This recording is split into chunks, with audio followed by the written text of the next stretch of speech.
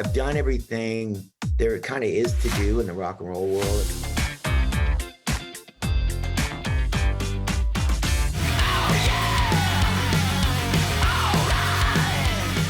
All right. Oh, yeah, that's right. Matt Sorum is here with me today, and it is Judgment Day. What does Judgment Day mean to you, Matt? It's a rock and roll song that I wrote with some old bandmates of mine, and gonna release it finally. It's been around for a little while. I wrote the lyrics and the melody based on sort of my life story. You better run, you better hide, you better pray. Got the pedal down, it's Judgment Day. But there was this movie that I loved when I was a kid, and it was called Vanishing Point. It actually came out in like 1971, and it was about this car chase across the United States. But this DJ, played by Cleavon Little, kind of helps him along his way as a DJ talking to his radio. And I thought that was so cool. And the lyrics were initially written about cars and speed and a highway. For my love of car songs like, I Don't Drive 55 by my friend Sammy. Or like I'm in Love with My Car by Queen, Cars by Gary Newman. There was all these car songs. But then I started thinking of lyrically as a metaphor for Judgment Day, meaning you're racing through life and you're going through all this turbulence and craziness and stuff happens. But the end game and where you're headed to is basically we're all going to die and end up in heaven, hopefully. I thought it came out really cool. Well, it's great, but we didn't do the name drop. You're talking about the DJ that's helping you. You didn't name drop. It's Billy F. Gibbons. Well, yeah, and God. So the Cleavon Little part, I said, it's got to be Billy Gibbons because I love Billy's voice. In the video, he's called the Reverend Willie G, and he kind of talks to me through the radio. And then I really love Natural Born Killers, like the cinematography of that and the way they shot that. So it's got this sort of dream sequence, nightmarish thing to it. So this track was my old bandmate Slash and Duff and Dave Kushner from Velvet Revolver. And we have this song, and I've always loved this song. And the lyric and the vocal style behind it, I kind of based on Lemmy. And the reason I say that is I was driving Lemmy to the Rainbow one time because he never drove, he didn't drive his own car. So I picked him up at his apartment. And I had the instrumental track, and I played it for Lemmy.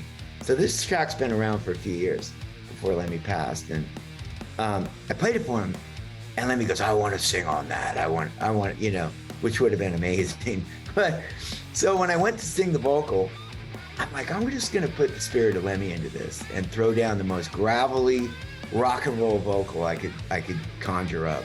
You're like the king of supergroups because obviously you have the Kings of Chaos right now. There was Velvet Revolver and even at one point, like even Hollywood Vampires. For me now, it's like bucket list stuff. It's like, what do I really want to do? Well, number one, I want to have fun. Mm-hmm. I've done everything there kind of is to do in the rock and roll world. I got all the accolades. I played all the big gigs. And now I just want to kind of do it for myself. Yeah. I'm a kid again. So I'm inviting my friends, people I like. I'm making music. It's not like going out in the old days and getting the $1 million record deal. You make records. It's almost like going back to when you started. It's like, I'm going to do this because I love it. What is the awkwardness? What is the polite way if someone says, "Hey, Matt, can I jam with the supergroup? Can I be on the album?" And you're like, "Oh, not the vibe, dude. Cool friend, but you're not the vibe." How do you politely say no to one of your friends? Well, people don't ask me, so that helps. But it's not like, that doesn't really go down like that. But I do ask people that I've been turned down by before, and that's okay. I'm like, look, not everybody, it's not for everybody. And I've had really great luck asking some people that I really didn't think were going to say yes, but yeah, I'm really happy with the people that are coming on board. I'm getting back together with my old bandmate Billy Duffy from the Cult. We're going to write a song together, and so there's a lot of really cool people coming, and I'm going to spend over the holidays in January recording the rest of the record.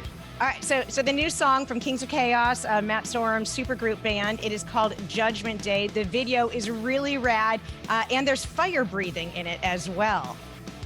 Yeah, I like we the did that. danger of rock and roll, man. Well, we did that. There's a thing they call post. It wasn't real? No, I asked the actor, I said, can you blow flames? And then we were like, oh, now we got to call the fire marshal. And, the budgets of making videos isn't like the old days. Like, I made this video for the price of what we spent on hummus dip on the November Rain video. You know what I'm saying? It's like budgets have changed in the music business kind of overall. And when you see videos from bands now, there's just, you do what you can and you pull a lot of favors. And at the end of it, you've got this piece of art that you put up and it's kind of there forever. And there it is, and I'm happy I got it done. When you're releasing something so new and so fresh, like this song, Judgment Day, obviously you're excited. But do you get nervous? Does Matt Sorum get nervous? I sat for on the phone with the director for at least a month, just conceptualizing what we were going to do. Like when you watch these things, you don't really understand the inner workings of what happens behind the scenes, but it's a lot, and it's fun. I love being creative. Yeah. So I feel like, and I'm the only member of the band, if that makes any sense. You're the core. Everyone else is just rotating around, right? In and out. It's my band, and I just bring people in, and I have a nice entree of snacks and coffee. What is the go-to snack item that you like to offer up your musician friends? Well, it used to be all kinds of snacks, but now it's almonds, unsalted, and I don't know, hummus dip. But we have Starbucks guy running from Starbucks, that kind of thing. So why have the name Kings of Chaos when it is Matt Sorum's band? Why not just say it's the Matt Sorum solo project, or just call it Matt Sorum and Friends? I did that. I did 2 solo records under the name Matt Sorum, and they went nickel. You know what I'm saying? My mom got a copy. No. Kings of Chaos is a long-standing name. Duff McKagan and I had that name before we named the band Neurotic Outsiders, which was a band between Guns N' Roses. And when I would join Velvet Revolver, we had another super group, Steve Jones from the Sex Pistols, John Taylor from Duran Duran, Duff, and me. So this name was laying around. And I remember when I named the band Kings of Chaos, I called Duff, well, can I use that? He's like, yeah, okay. And so I just felt it sounded right for the kind of mischief rock and roll that we've been up to all of our lives. Hey there, thanks for watching Access TV. Subscribe, follow, like, and do all the good stuff. And make sure you leave a comment below. I don't know, just let us know what your favorite Access TV show is, or who your favorite bands are, and what artists you're into, or just say hi, man. I'd like to be told hi. We love hearing from you. That's the point, all right? Keep it coming.